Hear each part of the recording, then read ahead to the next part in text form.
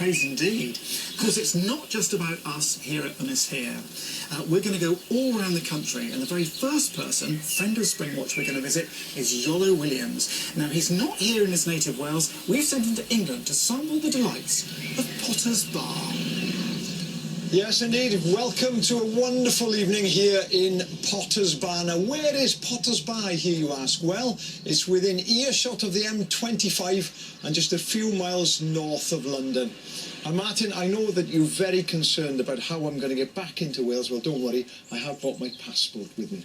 Now, this wonderful house here, this is the Alt family home. And when they moved in here just 3 short months ago, they had no idea of the adventures they had in store for them. Through here is the garden, and this is home to an incredible family of animals. Have a look at this home video. This is what the Alt family sent in to us at Springwatch. 15-year-old Oliver filmed this at the beginning of April. Now, the most staggering thing about this family of foxes is the sheer number of them. Are you ready? 1, 2, 3, 4, 5, 6, 7, 8, 9, 10, 11. 11 foxes is an incredible amount. This is more than double the amount you'd expect to see in a single litter, which would have maybe 4 or 5 cubs. We had never seen anything quite like this before. Okay, we are going to pop quickly and quietly into the garden here. I want to show you something. That is the garden shed. The earth is underneath that. I don't want to stay here. I'll have a quick look. No foxes as yet. We want to get out to give the fox every chance to come into the garden here. That's an incredible footage, because usually a fox litter is 4 or 5. I've heard of 7, even 8 foxes, but never 11. So once we heard about this, well, we had to send our camera down immediately. The fox den, also known as a fox's earth, is underneath this shed in the back garden here. You can see the young cubs now, and the weather has taken a turn for the better, thankfully, and they're spending a lot more time out enjoying the sunshine, but still quite shy too. Any danger, any sudden noises, any sudden movement, and they're back into the earth. And they are spending a lot more time in the field at the back with their mother. The poor vixen, she's suckling here, but also the cubs are begging her to regurgitate food. How on earth is she going to cope with 11 cubs? Well, we shall be finding out over the next few days. Here we go. Well, that footage posed more questions than answers. Is there just the one female? How is she going to cope with all of these cubs? Well, we hope to have the answer to those puzzles for you, and if we're incredibly lucky, we may have footage of live foxes. So back to Wales now, to Martin. Thank you, Iolo. I love a mystery, me. 11 little cubs, never seen anything like that. Now, as ever on Springwatch, we really love to hear from you. Please do get in contact. Let's move on. More mammals. Let's go from these small mammals to something slightly bigger, slightly more gingery. It's back to Iolo. Welcome back to Potter's Bar, where we have an incredible family of foxes in the back garden. Now, I'm coming inside because the sun has gone down, and now is an excellent time for the foxes to appear. And the last thing I'm going to do is stumble out and scare them away. Now, quick introduction for you. This is the Alt family. Wave, Alt family, say hello. And when they moved in here just a few months ago, this back garden was a veritable jungle. It was cleared, and in March, a couple of fox cubs appeared. And imagine their surprise when a lot more came along. Mandy and her family moved into their North London home earlier this year. And what started as a simple garden clear-up revealed some unexpected residents. We moved in the middle of Feb. There were loads of conifer trees that had grown up around the garden.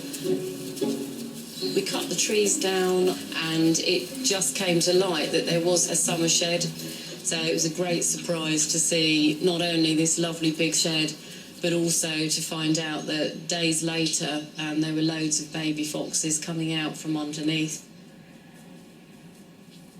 My thoughts were, would it be a problem? So I did phone the Fox Association and ask them, do they think it's appropriate where they are? they said that it was perfectly okay. Foxes are shy by nature, and Mandy and her family are very lucky to have had these incredible views.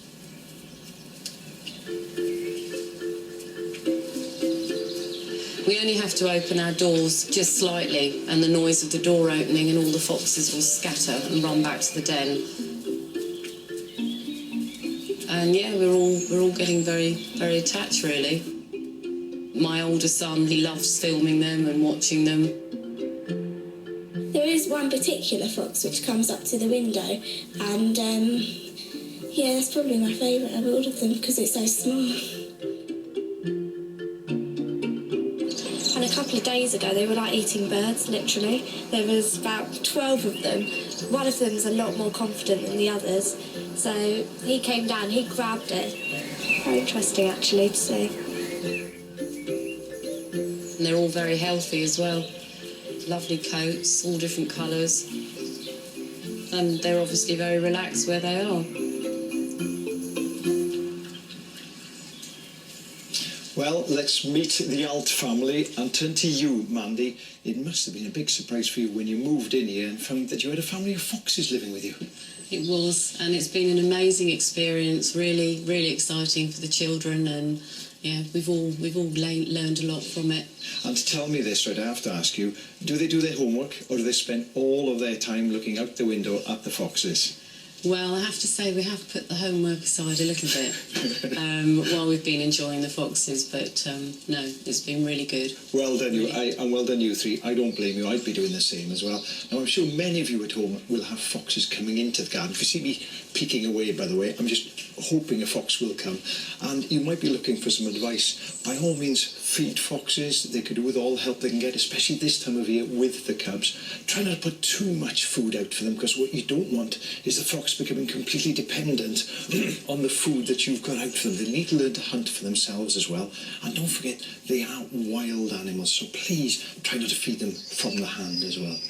Fox cubs usually leave the mother after around 5 months, so we've got a long way to go here yet.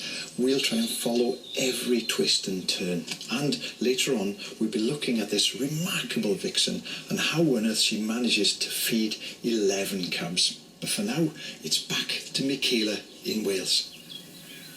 Thanks, Yolo. Now, it may be unusual to have them in your garden, but it's also very unusual to have 11 fox cubs. But that's exactly what a family in Potter's Bar have got. And we've got Yolo there. He's live. Well, you're coming to us at a very exciting time. Come with me. The vixen has just been into the garden, just picked up a bit of chicken, and she's gone out into the back. And they're spending a lot more time at the moment in the field just over there. And I think we've got a cameraman over there. I think we can cut into a couple of cubs in the field there now. Now, they've moved from here. There's little copse over there. So the vixen is coming in every now and again, picking up food and taking it over there. And now, of course, is an ideal time. People tend to think of the fox as being nocturnal, but they're also crepuscular. That's a good word. But it basically means that they're active at dawn and dusk. And in urban gardens, they can be active all day too. Now, the activity may well have moved out to the garden, into the field now, but when our cameraman came down a few weeks ago, this is what he saw.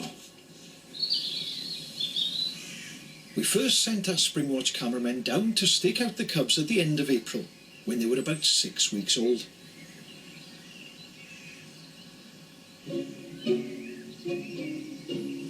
Initially, we see only a few cubs, nowhere near the number the family had seen.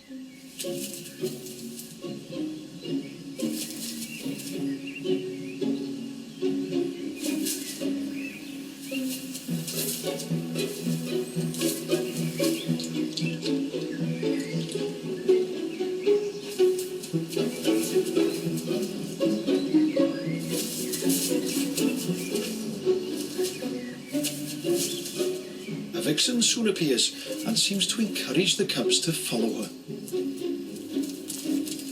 There's a large field beside the garden next to the fox's den. A break in the weather brings out the cubs and allows us to get our first glimpse of this huge family.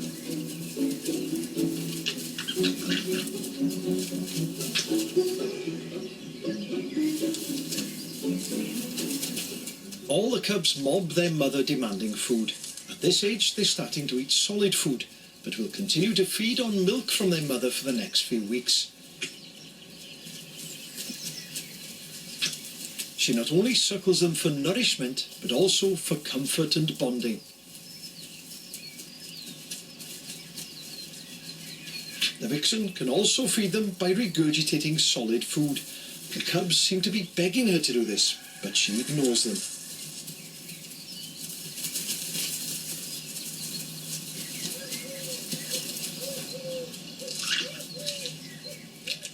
The vixen has to balance feeding the cubs and feeding herself. To produce such highly nutritious milk for so many hungry mouths, she must spend much of her time away from them, searching for food.